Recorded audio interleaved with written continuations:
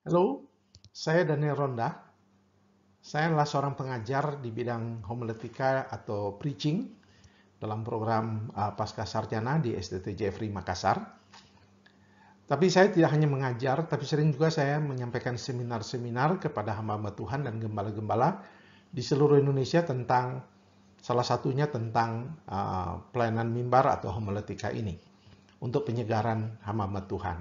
Namun dalam pertanyaan-pertanyaan mereka, seringkali yang mereka ajukan, yang paling sering diajukan adalah, ada enggak buku atau materi yang bisa dipakai berupa garis besar khotbah, sehingga kami sebagai gembala bisa menggunakannya dan bisa mengembangkannya.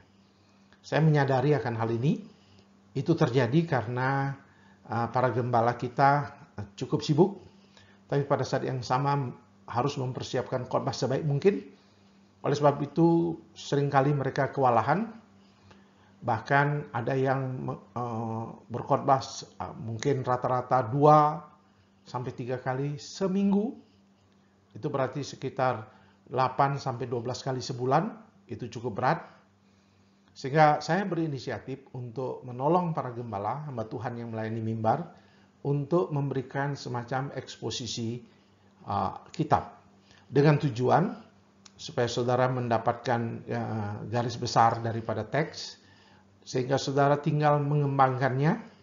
Tetapi jangan lupa, prinsip dasar berkhotbah bukan sekedar mengembangkan apa yang ada menurut pikiran manusia, tapi saudara sendiri harus mulai berdoa dan juga membaca teks dengan serius, sehingga saudara juga dapat melihat dan bisa membandingkan, bahkan mungkin menemukan tuntunan Tuhan bagi saudara apa yang menjadi amanat khotbah dalam teks yang ada.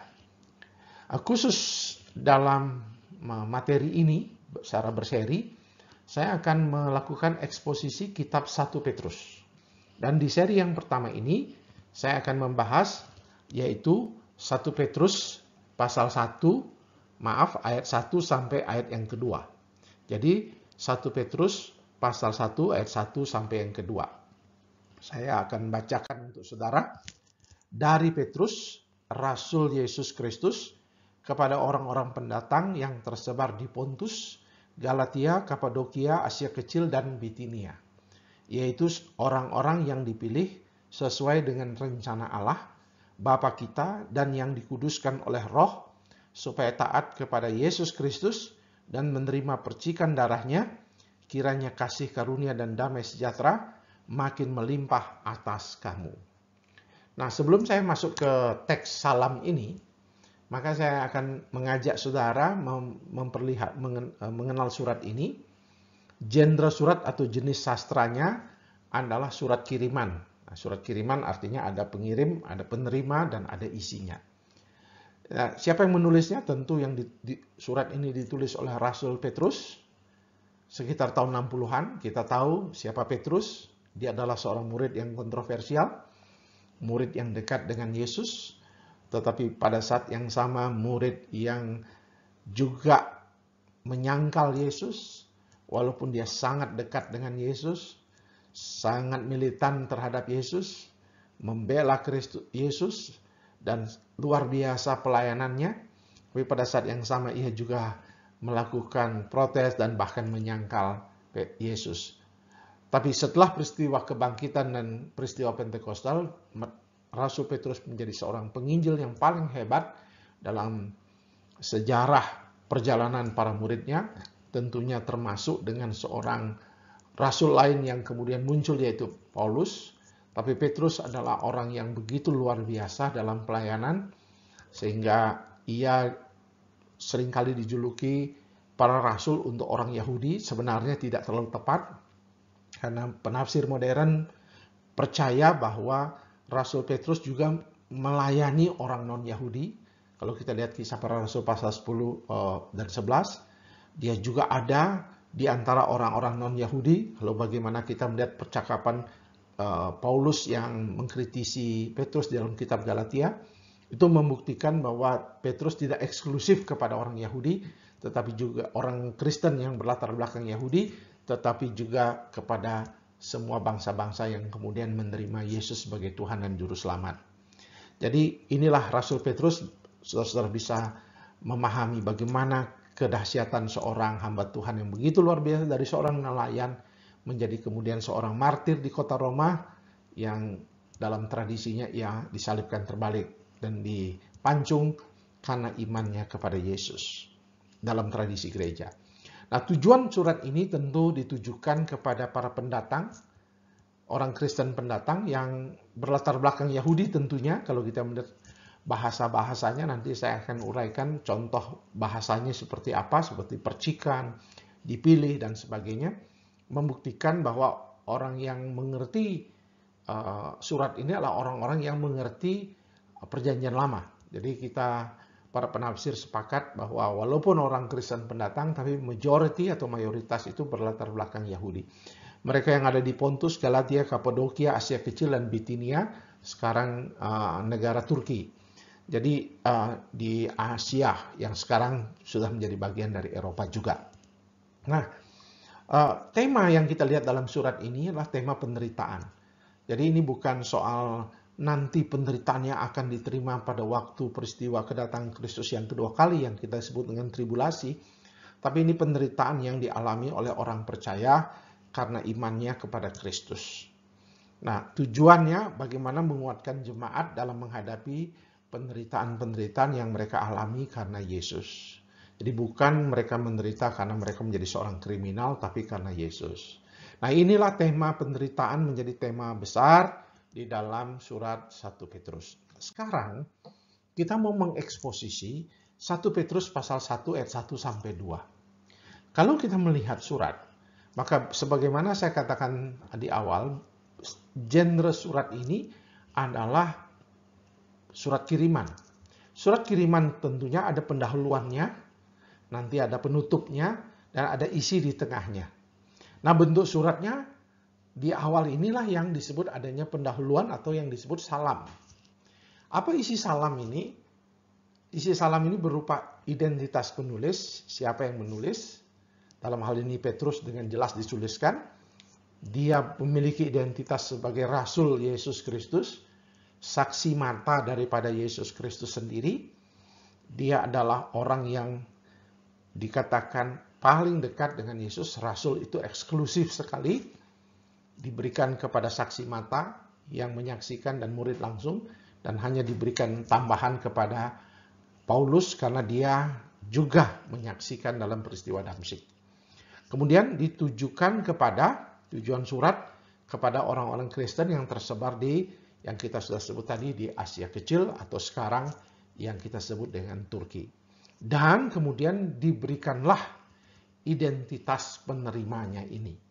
Nah, kita mau melihat walaupun ini salam, walaupun ini pendahuluan, tetapi identitas penerima sangat unik. Karena ini bukan hanya menggambarkan penerima surat yang berada di Asia Kecil ini, atau mulai dari Pontus, Galatia, Kapadokia, Asia Kecil, dan Bitinia, tetapi ini menjadi identitas kita, orang percaya yang ada di dalam Kristus. Itu sebabnya kita akan membahas sekarang bagaimana dari eksposisi salam ini kita akan menemukan sebuah amanat daripada teks kita berupa identitas kita di dalam Kristus. Sehingga saya melihat salam ini bukan hanya salam biasa, tapi salam yang memiliki makna teologis. Apa itu?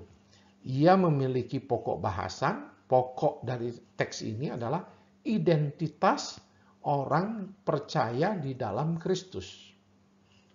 Sehingga ini bisa menjadi satu pokok renungan di dalam kehidupan pelayanan mimbar saudara. Bagaimana kita melihat identitas orang percaya di dalam Kristus. Nah, inilah yang kita akan bahas di dalam teks kita. Identitas orang percaya dalam Kristus. Ada 3 dalam salam ini. Yang pertama kita melihat yaitu kepada orang-orang yang dipilih sesuai dengan rencana Allah. Jadi kalau kita melihat identitas orang yang dikirimi surat atau menjadi identitas kita sekarang sebagai orang yang percaya dalam Yesus, adalah orang-orang yang memang status kita lah orang yang dipilih sesuai dengan rencana Allah. Bahkan dalam teks bahasa Inggris dipilih dari semula. Dalam pengetahuan Allah, foreknowledge-nya. Sudah tahu bahwa kita dipilih. Nah, jangan salah paham. Ketika kita mengatakan dalam rencana kekal ia menyelamatkan kita, kita tidak sedang membahas teologi Calvinis, teologi Arminians, bahwa sejak semula Tuhan sudah memilih kita untuk diselamatkan. Sehingga terjadilah perdebatan. Jika demikian, kita tidak perlu menyampaikan pekabaran Injil karena sudah tahu siapa yang diselamatkan. Kata dipilih dari semula, dirancangan dari semula, ini berbicara bukan soal siapa yang sudah dipilih dan tidak dipilih. Semua di dalam kasih Tuhan, manusia semua dalam rencana Allah dalam penyelamatannya. Tapi disebut orang-orang yang dipilih sesuai rencana Allah berbicara tentang desain Tuhan. Sejak semula, sebelum kejatuhan, apa tujuan manusia menciptakannya? Untuk menjadi segambar, serupa dengan dia, dan hidup yang menyenangkan dan memuliakan dia. Untuk selama-lamanya sebagaimana pengakuan iman Westminster, bahwa kita ada untuk glorify, memuliakan Tuhan. Dan itulah yang dipulihkan, dipilih dari semula, dipulihkannya lewat karya penyelamatan Kristus.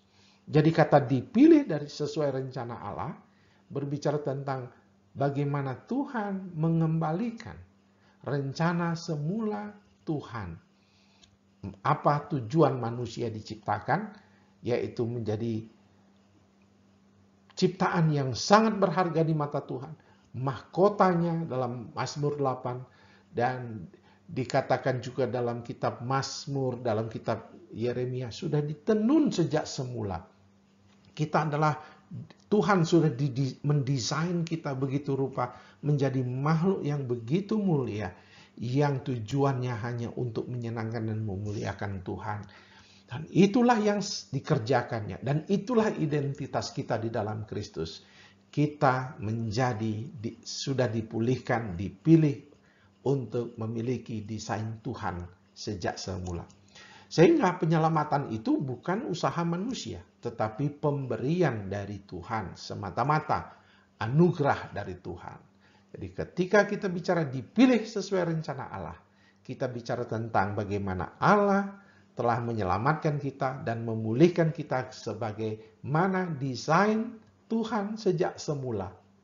Mengapa rencana Allah itu menciptakan manusia, dikembalikannya dalam kehidupan kita, orang percaya. Dan itu dalam proses.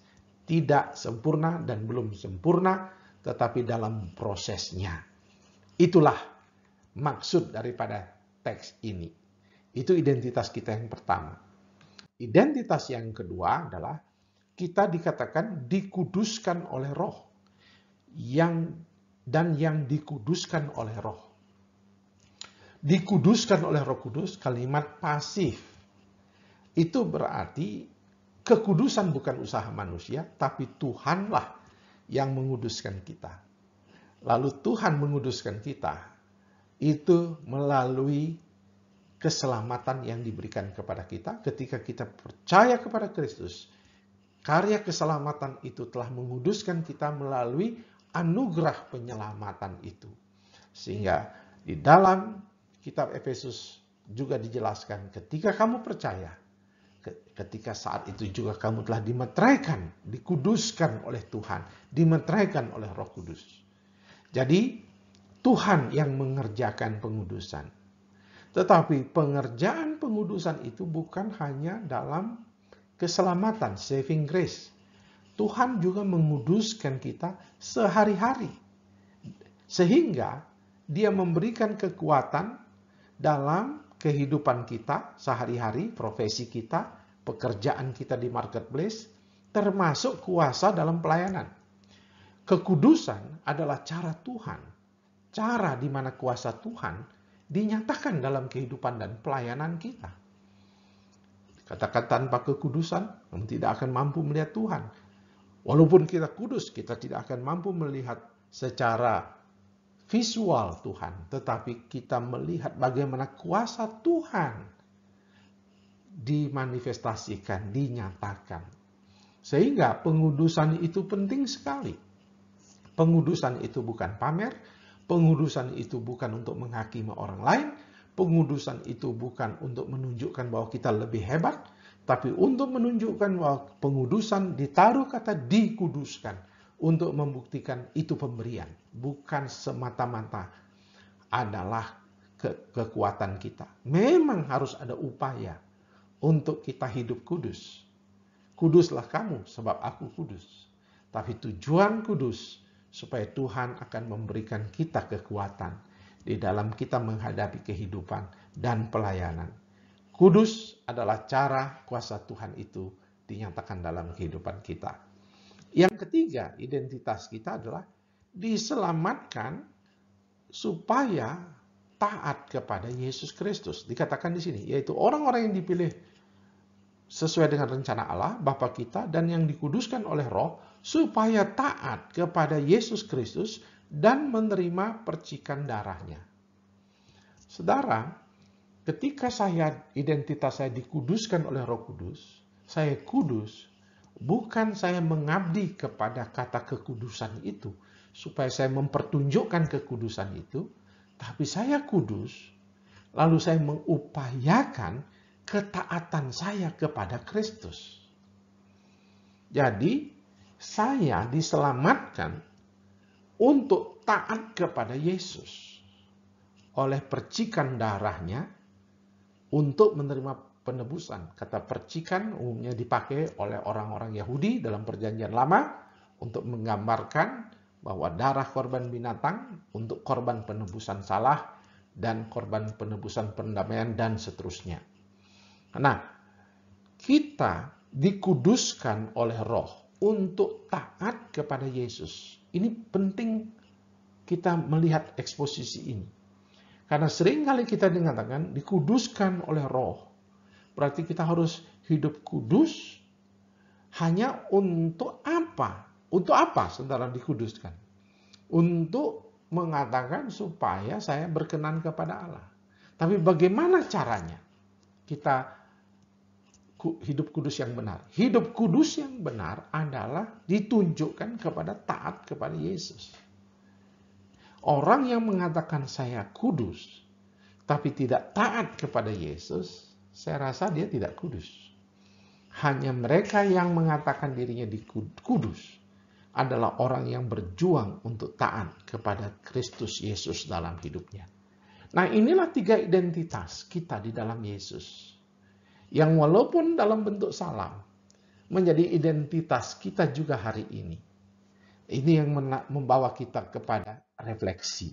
3 refleksi yang saudara akan renungkan. Yang pertama, apakah identitas Tuhan berupa desain yang semula, yang Allah kehendaki supaya sudah nampak dalam kehidupan kita sebagai pengikut Yesus?